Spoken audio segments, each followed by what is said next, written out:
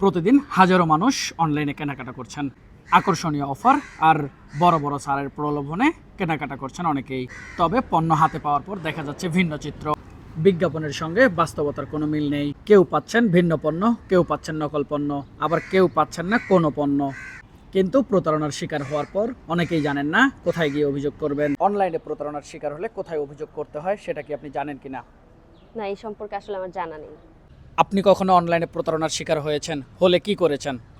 হ্যাঁ, প্রতারিত হয়েছি একবার। আর আমি পরবর্তীতে আসলে পেজটাকে রিপোর্ট মেরে ব্লক করে দিয়েছিলাম। বাংলাদেশে জাতীয় ভোক্তা সংরক্ষণ অধিদপ্তর বলে কিছু একটা সংগঠন আছে, এটা কি এই বিষয়ে আপনি জানেন কিনা? হ্যাঁ জানি, এরা হচ্ছে বাজারে অভিযান চালায় বিভিন্ন দোকানে। অনলাইনে কেনাকাটার প্রতারণার ঘটনা দিন দিন বাড়ছে, অথচ অধিকাংশ ভোক্তা প্রতারণার শিকার হয়ে থানায় যাওয়ার কথা ভাবলেও ভোক্তা অধিকার সংক্রান্ত অভিযোগের জন্য রয়েছে নির্দিষ্ট একটি সরকারি প্রতিষ্ঠান, জাতীয় ভোক্তা অধিকার সংরক্ষণ অধিদপ্তর।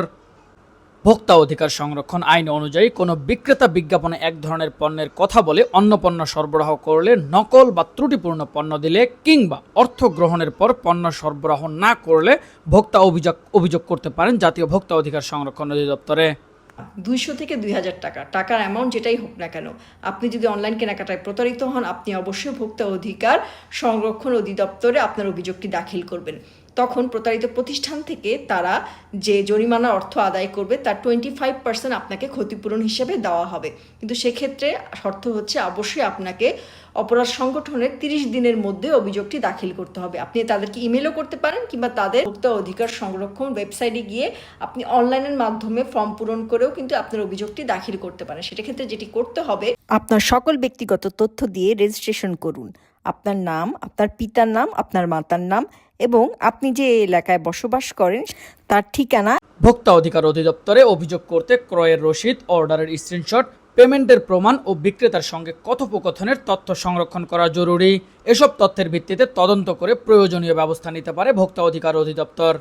অনলাইনে প্রতারণার শিকার হলে শুধু হতাশ হয়ে বসে থাকলেই চলবে না, প্রয়োজনীয় প্রমাণ সংগ্রহ করে অভিযোগ জানাতে হবে জাতীয় ভোক্তা অধিকার ও সংরক্ষণ অধিদপ্তরে।